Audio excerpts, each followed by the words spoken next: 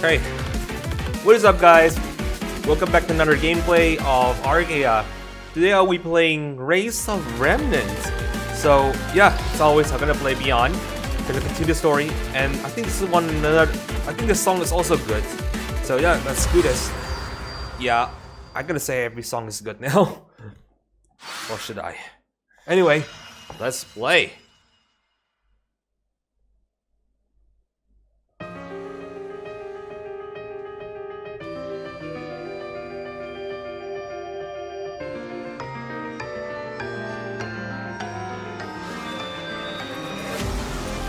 Oh.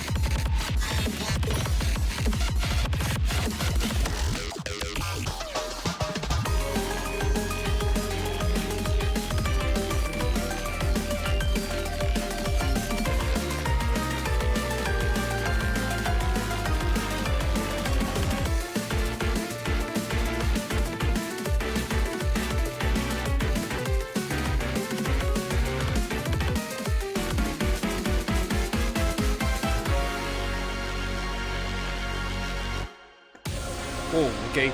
Slow motion, are you kidding me?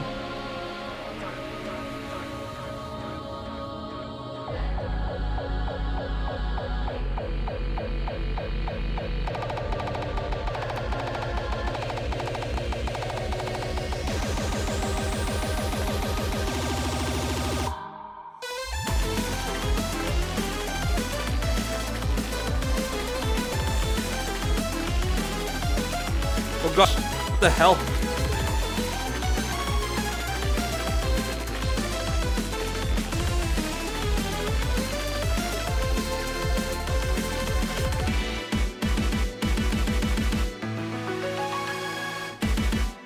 Oh wow, okay, that requires two fingers, the 4 fingers, because I have to do this.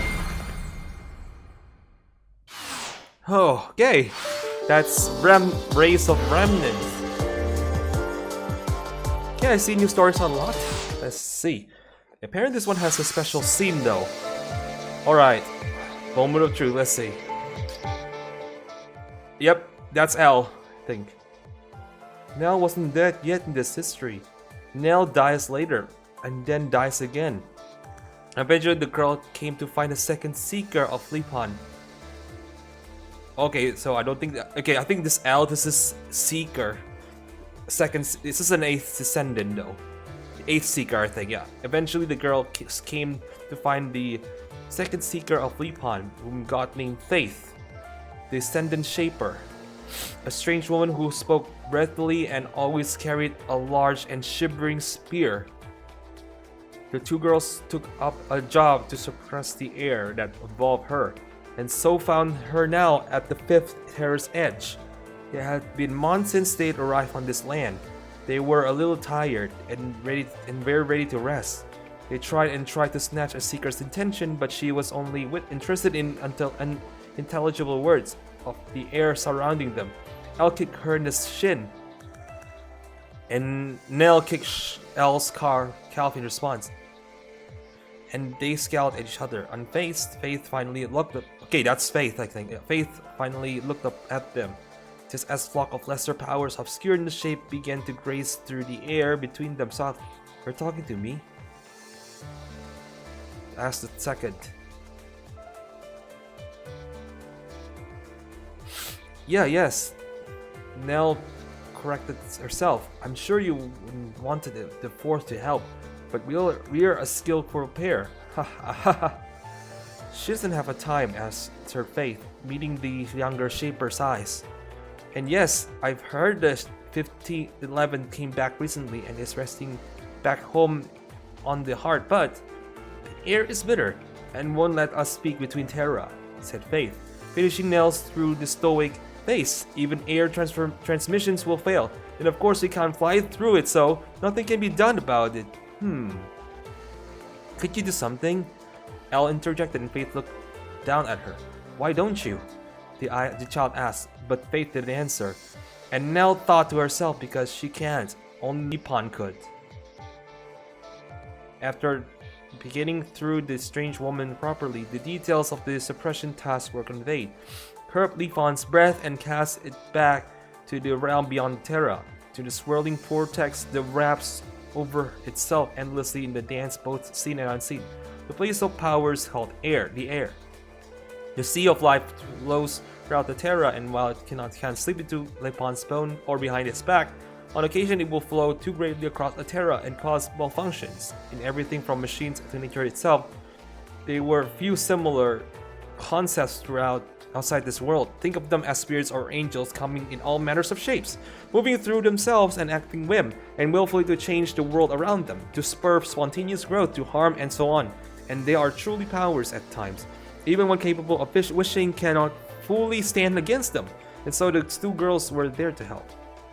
Pair worked apart from the second seeker, and as they worked, the weather became strange as their clothing waved around them in winds. The arm raced with hands and fingers moving great and invisible beings. Dark clouds began to brew across the ground. Cloud formed also at their feet, and soon rain began to fall outward around them. Then it became a matter of managing the lightning too. While it may have looked fantastic interesting, the work was rote. Therefore, Elle quickly grew dissatisfied while taking hold of the arc of lightning and twisting it to a flower shape. She asked Nell a question that she had asked perhaps dozens of times before. Why do we do all this? And when Nell ignored her, she asked a couple of others. Is it just penance? Is that all this is? Now Nell answered her. Don't overthink it, Elle. Just do the right thing too. Even though it's worthless, it's all just because we lorded over others in the past. I didn't, and even if I could rule, so what? Come on now, tell me why. Why do any of this at all? Who are we proving ourselves to God? Nippon is dead and... Elle, be quiet. We Shapers killed him, right? Nell dropped her hands and turned to look at her student. The child was giggling, but all teacher could give her was a glare. Lightning flew up into their sides, lighting the spirit shaper's eyes. You're beautiful now, Elle remarked, looking back at her with a wry grin. Shame you really are stupid. The air flowed around them and grew hot. Little fires came in and out of the weather as powers whispered between them unintelligibly. Elle snickered again and Nell stepped toward her. She grabbed the child clothing by her front and lifted her one-handed, and her teeth grit. She began, why do you always... But she went quiet, and Elle lost her smile. After all these thousands of years, Shapers said that they killed a god. Others said God simply perished, and the others still said that God gave himself up to birth this beautiful world from his body. Others and others, but the one certainly was his death. And yet the Shapers said the god still had a voice.